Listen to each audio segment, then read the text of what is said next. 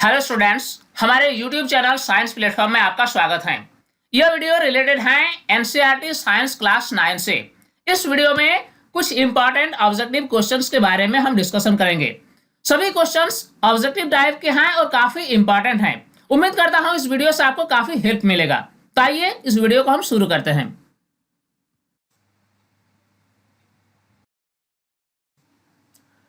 पदार्थ के कणों की गतिज ऊर्जा सर्वाधिक होती है। ऑप्शन दिया गया है ठोसों में, द्रवों में, गैसों में या सभी में एक समान।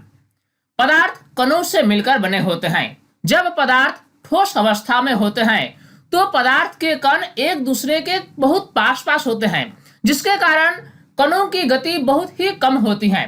परंतु जब पदार्थ द्रव अवस्था में होती है तो कण एक दूसरे से कुछ अधिक दूरी पर होती हैं और गति भी कुछ अधिक होती है।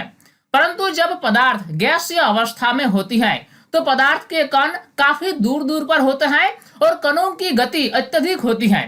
तो निसंदेह जब पदार्थ में कणों की गति अधिक होगी तो गतिज ऊर्जा भी अधिक होगी।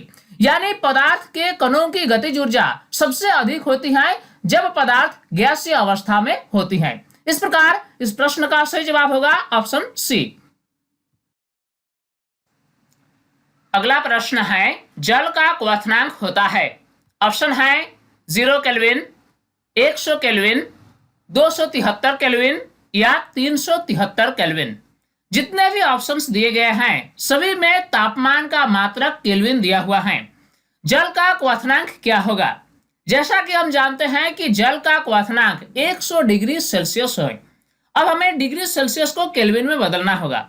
जब हम डिग्री सेल्सियस को केल्विन में बदलना चाहेंगे तो हमें उसमें 273 जोड़ना होगा, यानी ये बराबर हो जाएगा 373 केल्विन। तो हम कह सकते हैं कि जल का क्वथनांक 373 केल्विन होता है। ठोस अवस्था से सीधे गैस में बदलने की प्रक्रिया को क्या कहा जाता है? आमतौर पर क्या होता है कि जब किसी ठोस पदार्थ को गर्म किया जाता है तो ये द्रव में परिवर्तित हो जाते हैं और फिर जब द्रव को गर्म किया जाता है तो ये गैस बन जाते हैं। परंतु प्रकृति में कुछ ऐसे भी ठोस पदार्थ पाए जाते हैं जिसको अगर गर्म किया जाए तो ये द्रव में न परिवर्तित होकर सीधे गैस बन जाते हैं। इस प्रश्न में हमसे पूछा गया है कि अगर कोई ठोस पदार्थ सीधे गैस बन जाए तो इस प्रक्रिया को क्या कहा जाएगा? ऑप्शन दिया गया है निक्षेपण, ऊर्ध्वपातन, संघनन या संगलन। सही जवाब होगा ऊर्ध्वपातन। जब कोई ठोस पदार्थ सीधे गैस में परिवर्तित हो जाए तो इस प्रक्रिया को ऊर्ध्वपातन कहा जाता है। अगला प्रश्न भी कुछ उसी प्रकार है। गैसीय अवस्था से सीधे ठोस में बदलने की प्रक्रिया को क्या कहा जाता है? आमतौर पर क्या होता है कि जब किसी गैसीय अवस्था को ठंडा किया जाए तो ये द्रव में परिवर्तित हो जाती है और जब द्रव को ठंडा किया जाए तो ये ठोस पदार्थ बन जाते हैं। परंतु कुछ ऐसे पदार्थ हैं जिसकी अगर गैसीय अवस्था को ठंडा किया जाए तो ये द्रव में न बदलकर सीधे ठोस बन जाते हैं। इस प्रश्न में हमसे पूछा गया है कि इस प्रक्रिया को क्या कहा जाता है? ऑप्शन हमारे पास है निक्षेपण, ऊर्ध्वपातन, संघनन या संगलन। सही जवाब होगा निक्षेपण। निक्षेपण ऊर्ध्वपातन का उल्टा प्रक्रिया है। ऊर्ध्वपातन में क्या होता है कि ठोस सीधे गैस बन जाते हैं, परंतु निक्षेपण में क्या होता है कि गैस सीधे ठोस में परिवर्तित हो जाते हैं। इस प्रकार इस प्रश्न का सही जवाब होगा ऑप्शन ए। इस प्रश्न में पूछा गया है निम्न में से कौन सा पदार्थ ऊर्ध्वपातन की प्रक्रिया प्रदर्शित करता है? ऑप्शन हमारे पास है ammonium chloride, ammonium sulphate, sodium chloride या सोडियम सल्फेट। सही जवाब होगा अमोनियम क्लोराइड। अमोनियम क्लोराइड एक ऐसा पदार्थ है जिसका ठोस रूप को अगर गर्म किया जाए तो ये द्रव में न बदलकर सीधे गैस बन जाते हैं, यानी अमोनियम क्लोराइड ऊर्ध्वपातन की प्रक्रिया को प्रदर्शित करता है। सोना का प्रतीक क्या है? ऑप्शन हमारे पास है Ag, Au, Ga या इनमें से कोई नहीं। सोना यानी गोल्ड का प्रतीक चिन्ह होता है Au। कणों के मध्य आकर्षण बल सबसे अधिक होता है? ठोस में, द्रव में, गैस में या सभी में एक समान? कणों के मध्य आकर्षण बल सबसे अधिक होता है अगर पदार्थ ठोस अवस्था में हो। अगर पदार्थ द्रव अवस्था में हो तो कणों के मध्य आकर्षण बल कुछ कम हो जाता है, परंतु गैसीय अवस्था में कणों के मध्य आकर्षण बल सबसे कम होता है। यानी हम कह सकते हैं कि आकर्षण बल सबसे अधिक होता है ठोस में।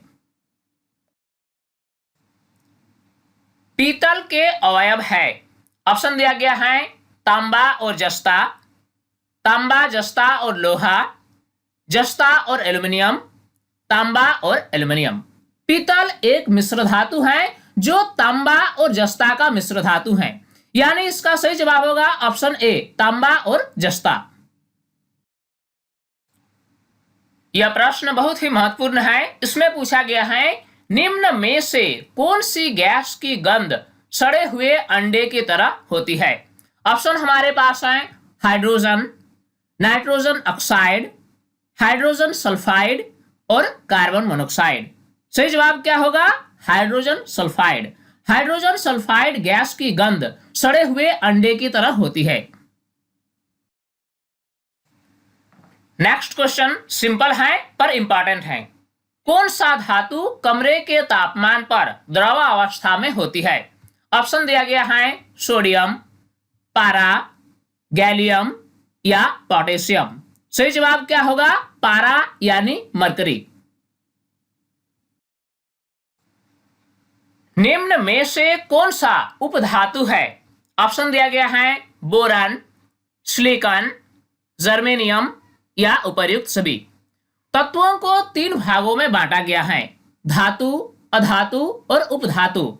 धातु और अधातु के गुण से हम परिचित हैं, लेकिन कुछ ऐसे भी तत्व होते हैं जिनकी गुण धातु और अधातु के बीचों बीच होती हैं। यानी उपधातु का जो गुण होगा वह धातुओं के गुण और अधातुओं के गुणों के मध्य गुणों वाली होगी। और इसका सही जवाब है कि बोरान, सिलिकॉन और जर्मेनियम तीनों उपधातु हैं, यानी इसका सही जवाब होगा ऑप्शन डी, उपर्युक्त सभी। इस प्रश्न में हमसे सल्फ्यूरिक अम्ल का रासायनिक सूत्र पूछा गया है। ऑप्शन दिया गया है H2SO3, H2SO4, H2CO3 या HNO3। सल्फ्यूरिक अम्ल का रासायनिक सूत्र H2SO4 होता है। अब अगला प्रश्न, कैल्शियम कार्बोनेट का रासायनिक सूत्र क्या है? ऑप्शन दिया गया है Na2CO3, CaO, CaCO3 या CaOH2। सही जवाब क्या होगा? कैल्शियम कार्बोनेट का रासायनिक सूत्र CaCO3 होता है। यह प्रश्न बहुत ही महत्वपूर्ण है। इसमें पूछा गया है परमाणु में नाभिक की खोज किसने किया? ऑप्शन दिया गया है गोल्डस्टीन, चैडविक, जे टॉमसन या रदरफोर्ड। सही जवाब होगा रदरफोर्ड। रदरफोर्ड ने अल्फा कण प्राकीर्णन प्रयोग के द्वारा परमाणु में नाभिक का पता लगाया। इलेक्ट्रॉन का द्रव्यमान हाइड्रोजन परमाणु के द्रव्यमान का कितना गुना होता है? ऑप्शन दिया गया है 1/100, 1/200, 1/1000 या 1/2000। सही जवाब होगा ऑप्शन डी। इलेक्ट्रॉन का जो द्रव्यमान होता है यह हाइड्रोजन परमाणु के द्रव्यमान का 2000वां हिस्सा होता है। पदार्थ के किस अवस्था में कणों के मध्य दूरी सर्वाधिक होता है? ऑप्शन है ठोस, द्रव, गैस या सभी में एक समान। सही जवाब होगा गैसीय अवस्था। पदार्थ में कणों के मध्य दूरी सबसे कम होता है ठोस अवस्था में। द्रव अवस्था में दूरी कुछ अधिक हो जाती है, परंतु जब पदार्थ गैसीय अवस्था में होता है तो कणों के मध्य दूरी बहुत अधिक होती है। इत्र की गंध दूर तक किस विधि द्वारा फैल जाती है? जब हम इत्र की बोतल को खोलते हैं तो इत्र की गंध दूर तक फैल जाती है। इसमें क्या होता है कि पदार्थ के कण उच्च सांद्रता वाले स्थान से निम्न सांद्रता वाले स्थान की ओर गति करते हैं। इस प्रकार पदार्थ के कणों का उच्च सांद्रता वाले स्थान से निम्न सांद्रता वाले स्थान की ओर गमन करने की जो प्रक्रिया है उससे क्या कहा जाता है, यह पूछा गया है इस प्रश्न में। ऑप्शन दिया गया है विसरण, संगलन, द्रवण या संघनन। सही जवाब होगा विसरण। विसरण विधि द्वारा इत्र की गंध दूर तक फैल जाती है। इस प्रश्न में पूछा गया है समांगी मिश्रण को क्या कहा जाता है। जैसा कि आप जानते हैं कि मिश्रण दो प्रकार के होते हैं, समांगी मिश्रण और विषमांगी मिश्रण। समांगी मिश्रण में पदार्थ के अवयव एक दूसरे के साथ समरूपता के साथ मिले हुए रहते हैं, परंतु विषमांगी मिश्रण में ऐसा नहीं होता है। तो समांगी मिश्रण को और किस नाम से जाना जाता है? ऑप्शन दिया गया है कॉलॉइड, विलयन, निलंबन या इनमें से कोई नहीं। समांगी मिश्रण को विलयन भी कहा जाता है। इलेक्ट्रॉन की खोज किसने किया? आइए ऑप्शन देख लेते हैं। ऑप्शन दिया गया है गोल्डस्टेन, चैडविक, जे टॉमसन या रदरफोर्ड। सही जवाब होगा जे टॉमसन। जे टॉमसन ने ही इलेक्ट्रॉन की खोज की। अब देखते हैं अगला प्रश्न। हाइड्रोजन के प्रोटियम समस्थानिक में कौन सा कण उपस्थित नहीं होता है? जैसा कि आप जानते हैं कि हाइड्रोजन के 3 समस्थानिक होते हैं, प्रोटियम, ड्यूटेरियम और ट्रिटियम। इस प्रश्न में हमसे पूछा गया है कि हाइड्रोजन के प्रोटियम समस्थानिक में कौन सा कण नहीं पाया जाता है। ऑप्शन दिया गया है प्रोटॉन, इलेक्ट्रॉन, न्यूट्रॉन या नाभिक। सही जवाब क्या होगा? न्यूट्रॉन। हाइड्रोजन के प्रोटियम समस्थानिक में प्रोटॉन पाए जाते हैं, इलेक्ट्रॉन पाए जाते हैं और नाभिक भी पाए जाते हैं, परंतु इसमें कोई न्यूट्रॉन नहीं पाया जाता है। किसी परमाणु के एल कोश में अधिकतम कितने इलेक्ट्रॉन रह सकते हैं? ऑप्शन दिया गया है 2, 8, 18 या 6। परमाणु के बोर मॉडल के अनुसार हम जानते हैं कि परमाणु में इलेक्ट्रॉन विभिन्न प्रकार के कोशों में गति करते हैं और इन कोशों को के, एल, एम, एन इस प्रकार करके सूचित किया जाता है। तो हमें बताना है कि एल कोश में अधिकतम कितने इलेक्ट्रॉन रह सकते हैं। अगर हम बात के कोश की करें तो के कोश में अधिकतम 2 इलेक्ट्रॉन रह सकते हैं, एल कोश में अधिकतम 8 इलेक्ट्रॉन रह सकते हैं, एम कोश में अधिकतम 18 इलेक्ट्रॉन रह सकते हैं, एन कोश में अधिकतम 32 इलेक्ट्रॉन रह सकते हैं। तो यानी अगर हम एल कोश की बात करें तो एल कोश में अधिकतम 8 इलेक्ट्रॉन रह सकते हैं। अब इस प्रश्न में हमसे पूछा गया है निम्न में से कौन सा कथन सही है? ऑप्शन दिया गया है परमाणु संख्या बराबर न्यूट्रॉन की संख्या, परमाणु संख्या बराबर प्रोटॉन की संख्या, परमाणु संख्या बराबर द्रव्यमान संख्या या इनमें से कोई नहीं। यानी कुल मिलाकर हमें यह बताना है कि परमाणु संख्या क्या होता है। परमाणु संख्या हम उस संख्या को कहते हैं जिसमें किसी तत्व के एक परमाणु के नाभिक में जितने प्रोटॉन होते हैं, यानी प्रोटॉनों की संख्या को ही परमाणु संख्या कहा जाता है। निम्न में से कौन सा शुद्ध पदार्थ है? ऑप्शन दिया गया है वायु, दूध, पारा या मिट्टी। केमिस्ट्री में पदार्थों को 2 भागों में बांटा गया है, शुद्ध पदार्थ और अशुद्ध पदार्थ। शुद्ध पदार्थ के अंतर्गत सभी प्रकार के तत्व और यौगिक आते हैं, परंतु अशुद्ध पदार्थ के अंतर्गत सभी प्रकार के मिश्रण आते हैं। इस प्रश्न में हमसे पूछा गया है कि कौन सा पदार्थ शुद्ध है, तो इसका सही जवाब होगा ऑप्शन सी पारा, क्योंकि ये एक तत्व है। वायु एक मिश्रण है, दूध भी एक मिश्रण है और मिट्टी भी एक मिश्रण है, यानी ये 3 पदार्थ अशुद्ध पदार्थ हैं, परंतु पारा एक शुद्ध पदार्थ है। निम्न में से कौन सा पदार्थ मिश्रण है? ऑप्शन दिया गया है चांदी, हाइड्रोजन, जल तथा वायु। पहला ऑप्शन है चांदी, जो कि एक धातु है यानी एक तत्व है। ये एक शुद्ध पदार्थ है। इसी प्रकार हाइड्रोजन भी एक तत्व है और ये एक शुद्ध पदार्थ है। अगर हम बात जल की करें तो जल एक यौगिक है जो कि शुद्ध पदार्थ है, परंतु विभिन्न प्रकार के गैसों का मिश्रण ही वायु है और जो कि एक अशुद्ध पदार्थ है यानी मिश्रण है। इस प्रकार इस प्रश्न का सही जवाब होगा ऑप्शन डी वायु, जो कि एक मिश्रण है। इस प्रश्न में पूछा गया है जल के एक अणु में हाइड्रोजन एवं ऑक्सीजन के भार का अनुपात होता है।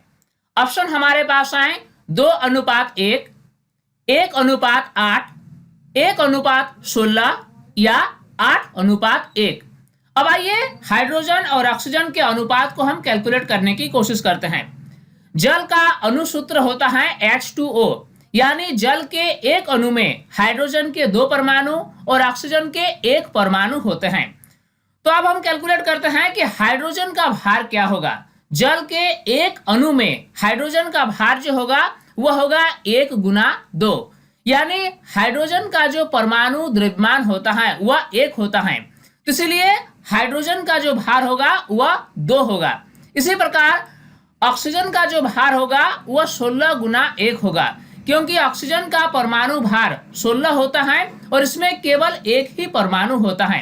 इस प्रकार ऑक्सीजन का भार जो होगा वह 16 होगा। अब हम अनुपात ज्ञात करेंगे।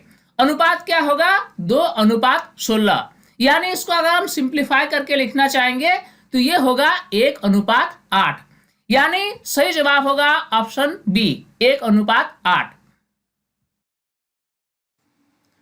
अगला प्रश्न है केनाल किरणें किसका किरण पुंज है। ऑप्शन दिया गया है प्रोटॉन, इलेक्ट्रॉन, न्यूट्रॉन या अल्फा कण। सही जवाब है प्रोटॉन। केनाल किरणें वास्तव में प्रोटॉन के ही किरण पुंज हैं। कौन सा उत्तक शरीर के बाहरी और भीतरी रक्षक आवरण बनाते हैं। ऑप्शन दिया गया है कंकाल उत्तक, संयोजी उत्तक, एपिथेलियम उत्तक या संवेदी उत्तक।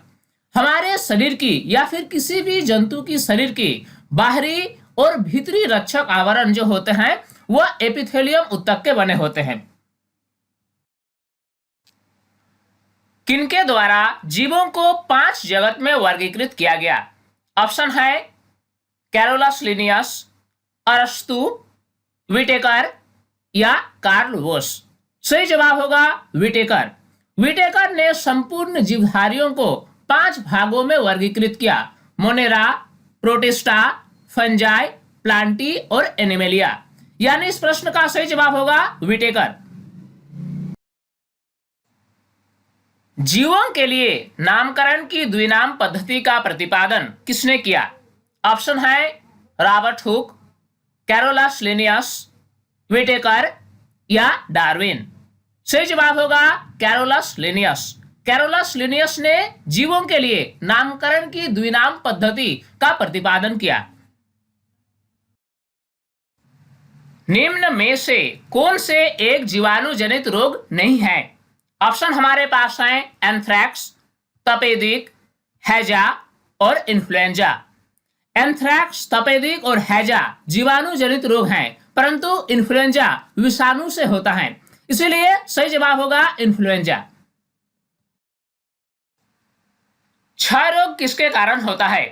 ऑप्शन दिया गया है Vibrio cholerae, Mycobacterium tuberculosis, HIV और साल्मोनेला टाइफी। सही जवाब होगा माइकोबैक्टीरियम ट्यूबरकुलोसिस।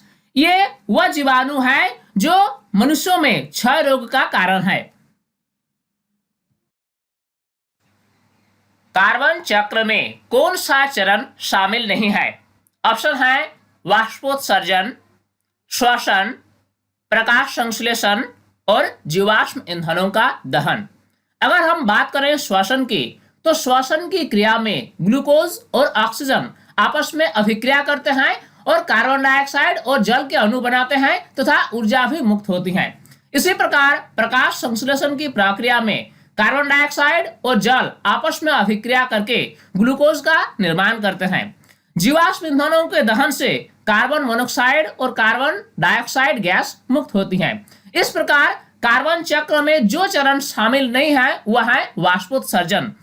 श्वसन, प्रकाश संश्लेषण और जीवाश्म ईंधन का दहन ये कार्बन चरण का महत्वपूर्ण हिस्सा है।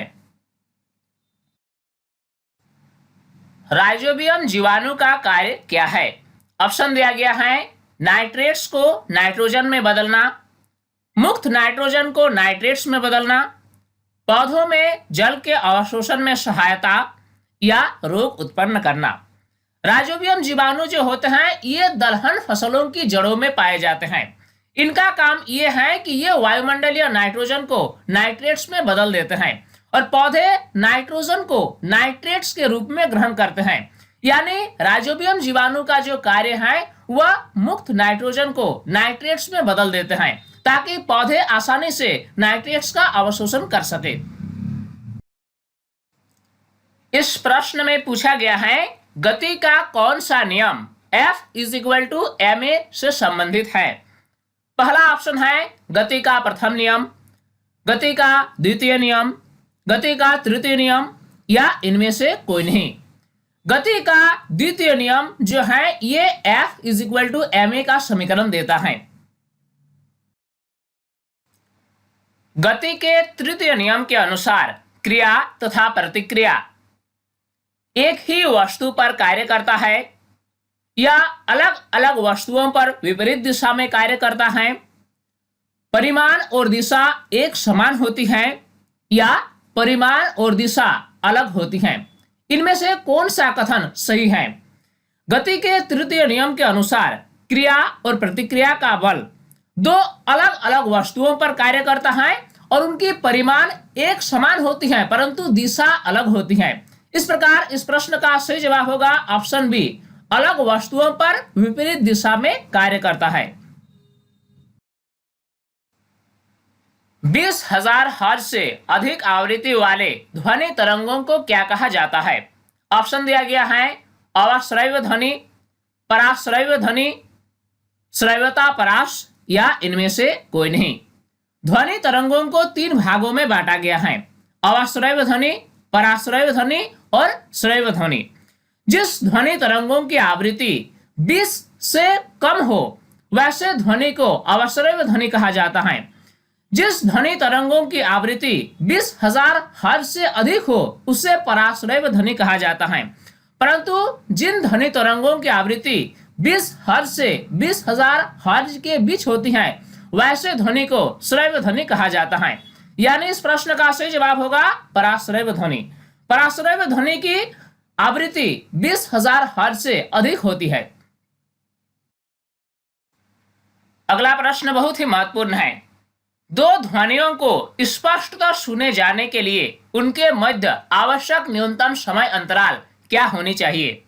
ऑप्शन दिया गया है 0.1 सेकेंड, 0.15 सेकेंड, 2 सेकेंड या 2.5 सेकेंड। देखिए सबसे पहले हमें क्वेश्चन को समझना होगा।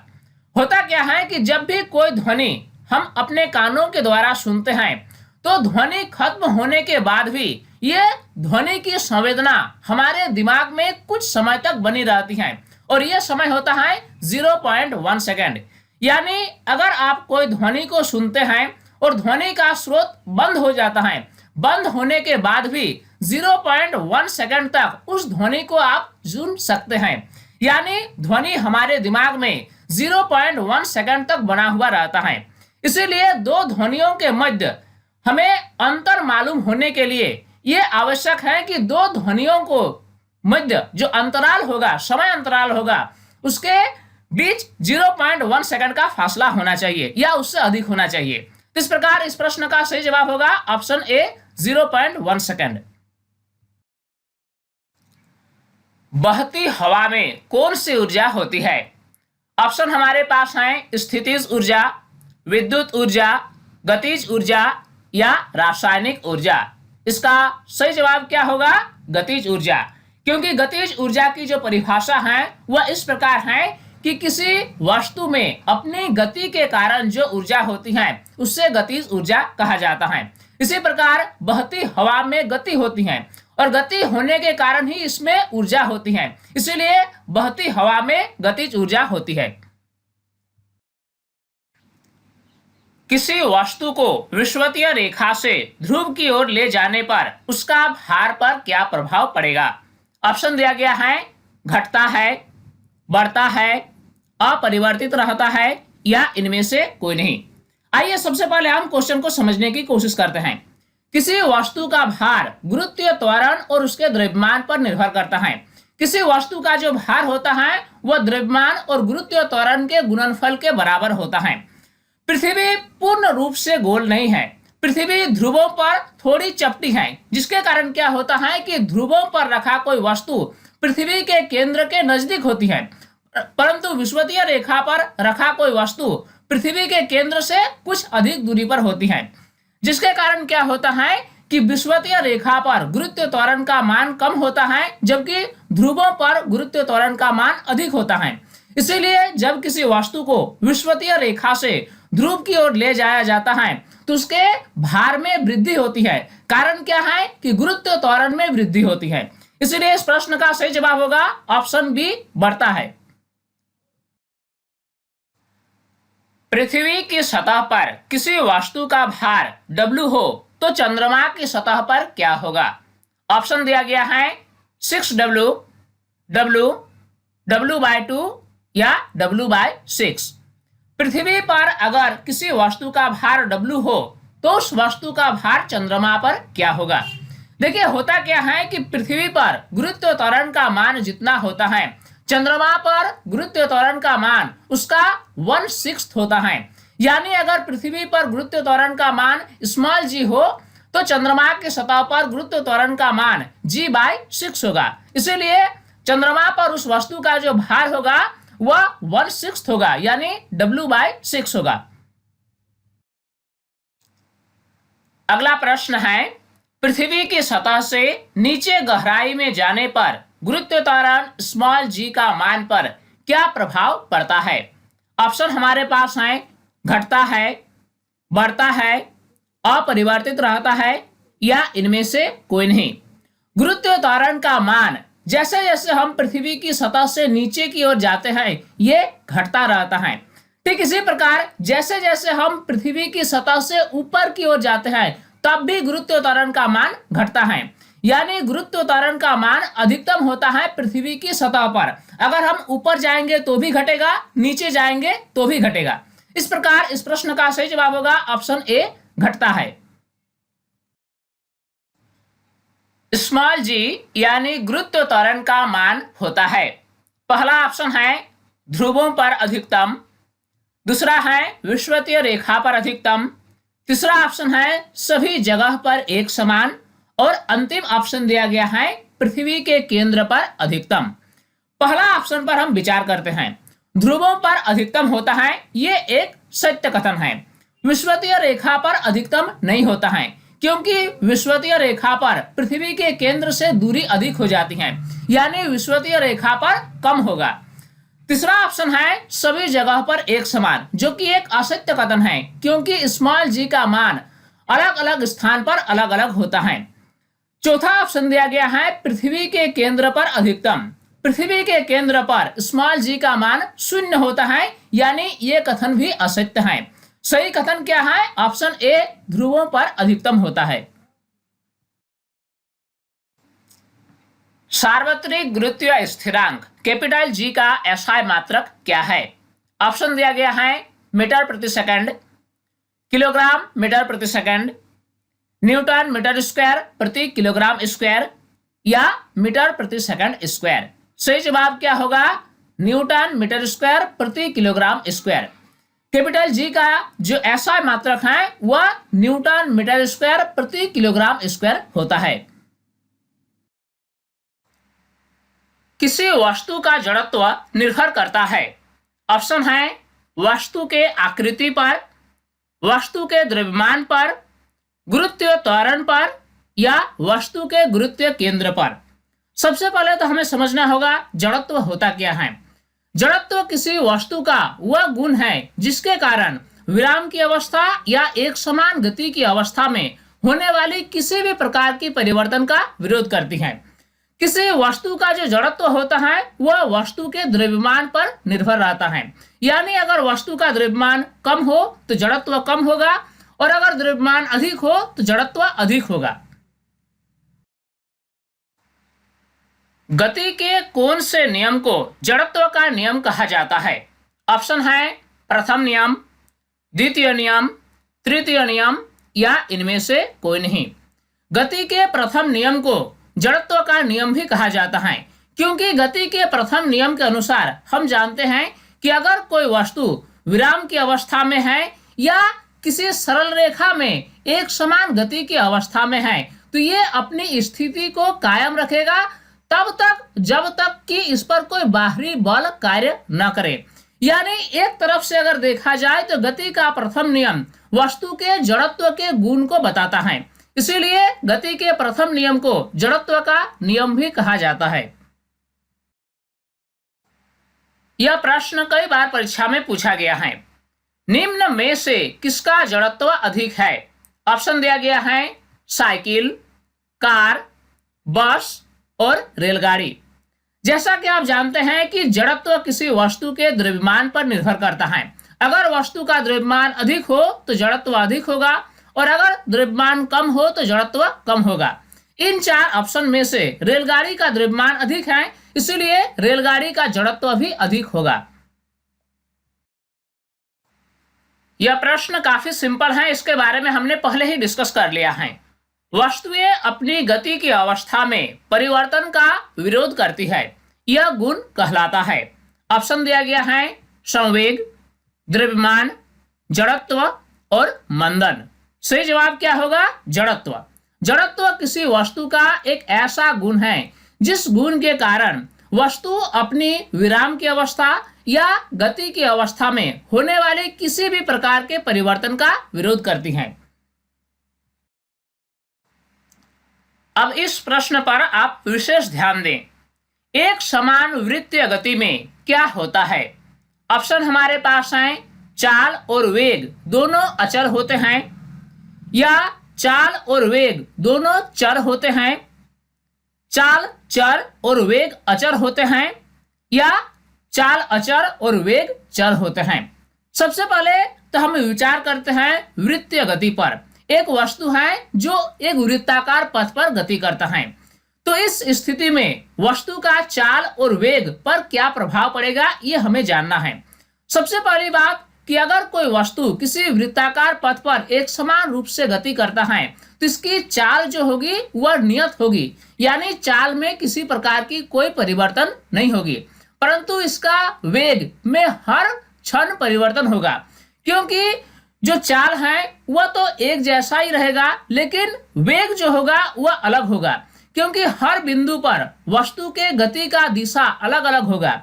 यानी हम कह सकते हैं कि वृत्तीय गति में चाल जो होगा वह नियत होगा, लेकिन वेग जो है वह परिवर्तनशील होगा। यानी इस प्रश्न का सही जवाब होगा ऑप्शन डी, चाल अचर और वेग चर होगा। अचर का मतलब कि जो नहीं बदलता है, और चर का मतलब कि जो बदल जाता है। यानी चाल जो होगा वह अचर होगा और वेग चर होगा। अगला प्रश्न है ऋणात्मक त्वरण को क्या कहा जाता है? ऑप्शन दिया गया है विस्थापन, मंदन, चाल या संवेग। सही जवाब क्या होगा? मंदन। ऋणात्मक त्वरण को मंदन कहा जाता है। निम्न में से कौन सा समूह सदिश राशियों का समूह है? ऑप्शन दिया गया है चाल, त्वरण, ऊर्जा, ऊष्मा, बल, वेग, वेग, द्रव्यमान, त्वरण, और अंतिम ऑप्शन दिया गया है वेग, संवेग और त्वरण। सबसे पहले हम पहला ऑप्शन पर विचार करते हैं। पहला ऑप्शन में है चाल, जो कि एक अदिश राशि है, त्वरण एक सदिश राशि है और ऊर्जा एक अदिश राशि है। यानी पहला ऑप्शन जो है ये सही जवाब नहीं है।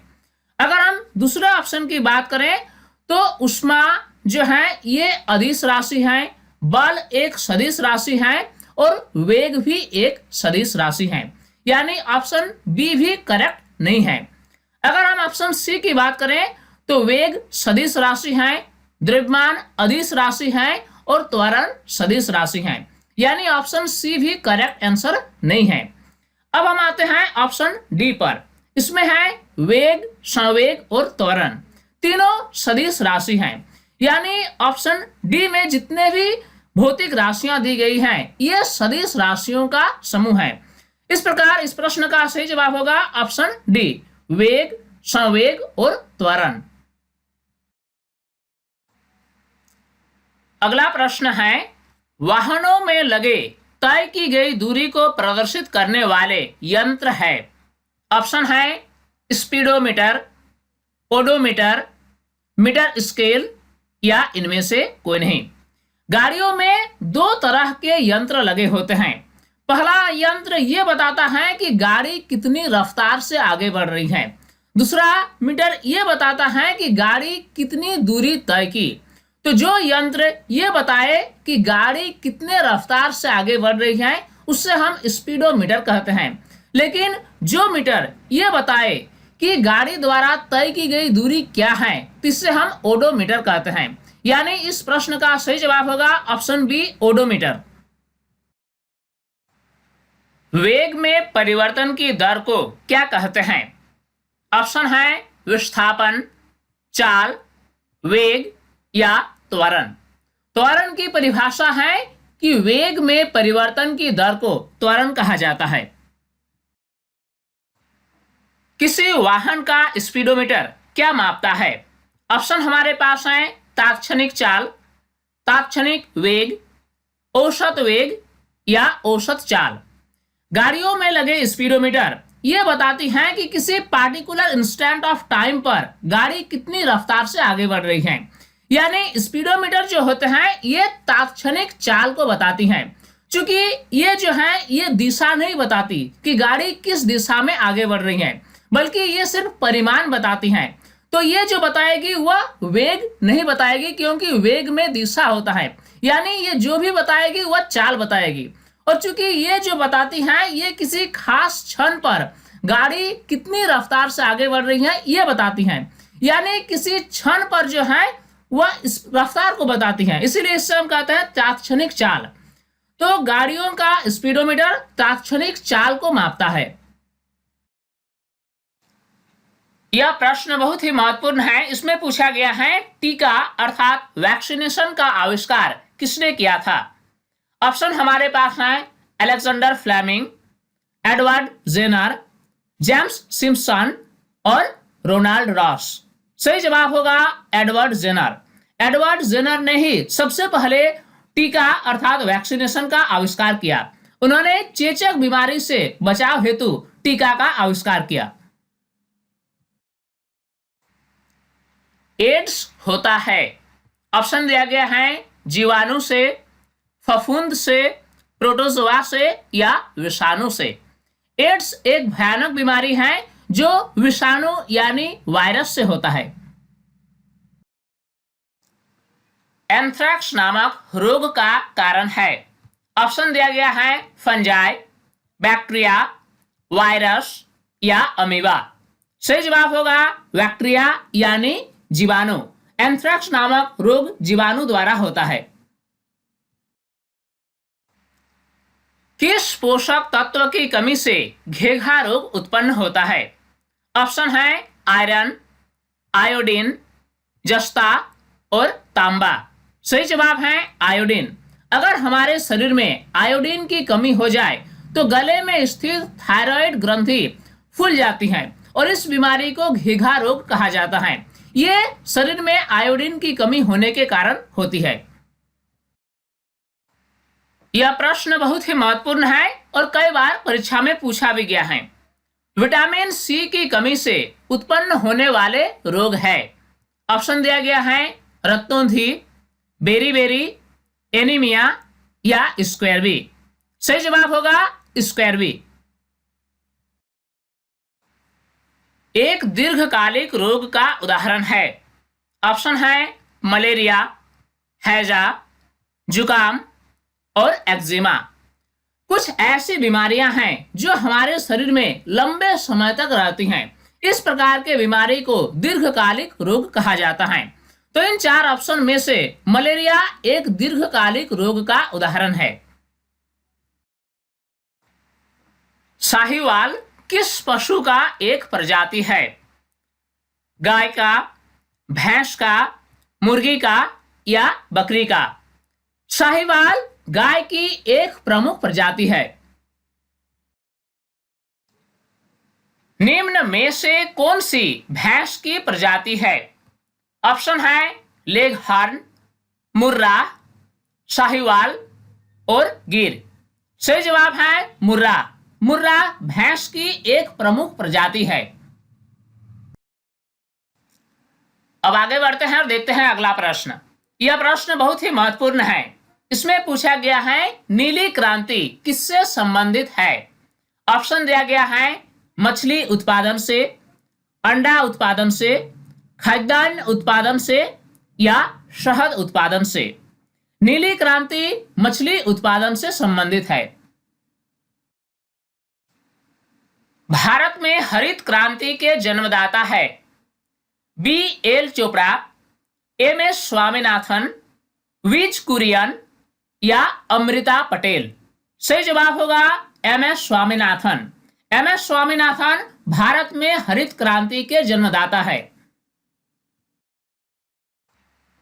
निम्न में से कौन सा खरीफ फसल है? ऑप्शन है धान, चना, सरसों और मटर।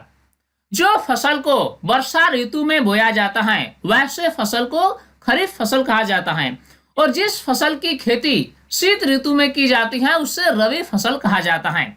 इन चार ऑप्शन में से धान की खेती वर्षा ऋतु में की जाती है, अर्थात धान एक खरीफ फसल है, जबकि चना, सरसों और मटर की खेती शीत ऋतु में की जाती है, जो कि रबी फसल का उदाहरण है। एक ही खेत में विभिन्न फसलों को पूर्व नियोजित अनुक्रम में उगाने की विधि को क्या कहा जाता है? ऑप्शन हमारे पास है अंतरा फसलीकरण, फसल चक्र, फसल पद्धति या इनमें से कोई नहीं। सही जवाब होगा फसल चक्र। फसल चक्र ऐसी पद्धति है जिसमें एक ही खेत में विभिन्न फसलों को पूर्व नियोजित अनुक्रम में उगाया जाता है। प्रोटीन का प्रमुख स्रोत है। ऑप्शन है अनाज, फल सब्जियां, दलहन फसलें या तिलहन फसलें। सही जवाब होगा दलहन फसलें। दलहन फसलें प्रोटीन का प्रमुख स्रोत हैं। इस प्रश्न में पूछा गया है मधुमक्खी पालन से क्या लाभ है? ऑप्शन दिया गया है शहद प्राप्त होता है, मोम प्राप्त होता है, फसल की पैदावार अच्छी होती है या उपर्युक्त सभी। मधुमक्खी पालन से शहद तो हमें मिलती ही है, साथ ही साथ मधुमक्खी के छत्ते से मोम का भी निर्माण किया जाता है। जिस क्षेत्र में मधुमक्खी का पालन किया जाता है उसके आसपास के क्षेत्र में फसल की पैदावार अच्छी होती है, क्योंकि इस मधुमक्खी पालन से होता यह है कि एक फूल से दूसरे फूल में पराग कणों का स्थानांतरण मधुमक्खी के द्वारा किया जाता है। इस प्रकार हम कह सकते हैं कि मधुमक्खी पालन से शहद भी प्राप्त होता है, मोम भी प्राप्त होता है और फसल की पैदावार भी अच्छी होती है। यानी इस प्रश्न का सही जवाब होगा उपर्युक्त सभी। अगला प्रश्न है मेरिकल्चर से तात्पर्य है मीठे जल में मछली पालन, समुद्री मछलियों का संवर्धन, मधुमक्खी पालन या औषधीय पौधों की खेती। सही जवाब क्या होगा? समुद्री मछलियों का संवर्धन। जब समुद्री मछलियों को कृत्रिम वातावरण में पालन किया जाता है तो इस पद्धति को मेरिकल्चर कहा जाता है। अगला प्रश्न है खेतों में खाद के प्रयोग से मिट्टी में, ऑप्शन दिया गया है कार्बनिक पदार्थों की मात्रा में वृद्धि होती है, जल धारण की क्षमता बढ़ती है, संरचना में सुधार होती है या उपर्युक्त सभी। जब खेतों में खाद का प्रयोग किया जाता है तो खाद में कार्बनिक पदार्थों की मात्रा अधिक होती है, जिसके कारण मिट्टी में कार्बनिक पदार्थों की मात्रा में वृद्धि होती है। साथ ही साथ अगर खेत में खाद का प्रयोग किया जाए तो मिट्टी की जल धारण क्षमता भी बढ़ती है, जिसके कारण सिंचाई की आवश्यकता कम पड़ती है। इसके साथ जब खेतों में खाद का प्रयोग किया जाता है तो मिट्टी की संरचना में सुधार होता है और फसल की पैदावार अच्छी होती है। यानी इस प्रश्न का सही जवाब होगा उपर्युक्त सभी। निम्न में से कौन सा रासायनिक परिवर्तन है? ऑप्शन दिया गया है नमक को पानी में घोलना, मोम का पिघलना, भोजन का पाचन या जल का वाष्प बनना। पहला ऑप्शन है नमक को पानी में घोलना। ये एक भौतिक परिवर्तन है क्योंकि इसमें कोई भी रासायनिक अभिक्रिया नहीं होती है। अगला ऑप्शन है मोम का पिघलना। यह भी एक भौतिक परिवर्तन है जिसमें एक ठोस पदार्थ द्रव में परिवर्तित होती है। इसमें भी कोई रासायनिक अभिक्रिया नहीं होती है। अगला ऑप्शन है भोजन का पाचन। इसमें क्या होता है कि जो बड़े अणु होते हैं वे हमारे पाचन तंत्र में जाकर छोटे छोटे अणुओं में खंडित होते हैं, यानी इसमें रासायनिक अभिक्रिया होती है। अर्थात भोजन का पाचन जो है ये एक रासायनिक परिवर्तन है। जल का वाष्प बनना ये एक भौतिक परिवर्तन है क्योंकि इसमें द्रव अवस्था गैसीय अवस्था में परिवर्तित होती है। यानी इस प्रश्न का सही जवाब होगा भोजन का पाचन।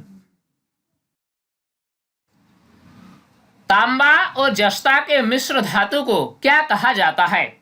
ऑप्शन हमारे पास है कांसा, पीतल, स्टील या टाका। सही जवाब होगा पीतल।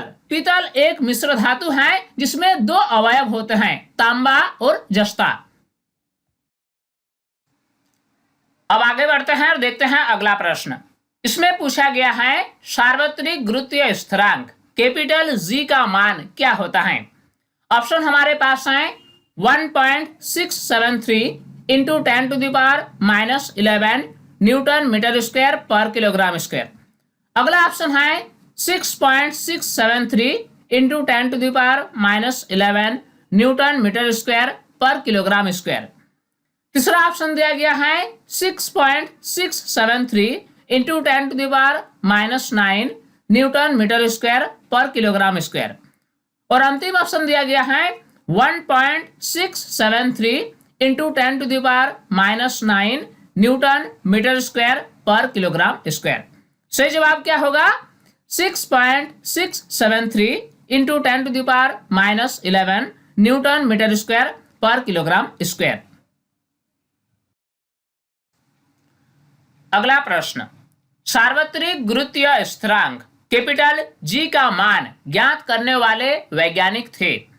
ऑप्शन हमारे पास हैं Isaac Newton, Copernicus, Henry Cavendish या इनमें से कोई नहीं। कैपिटल जी का मान ज्ञात करने वाले पहले वैज्ञानिक थे हेनरी कैवेंडिश।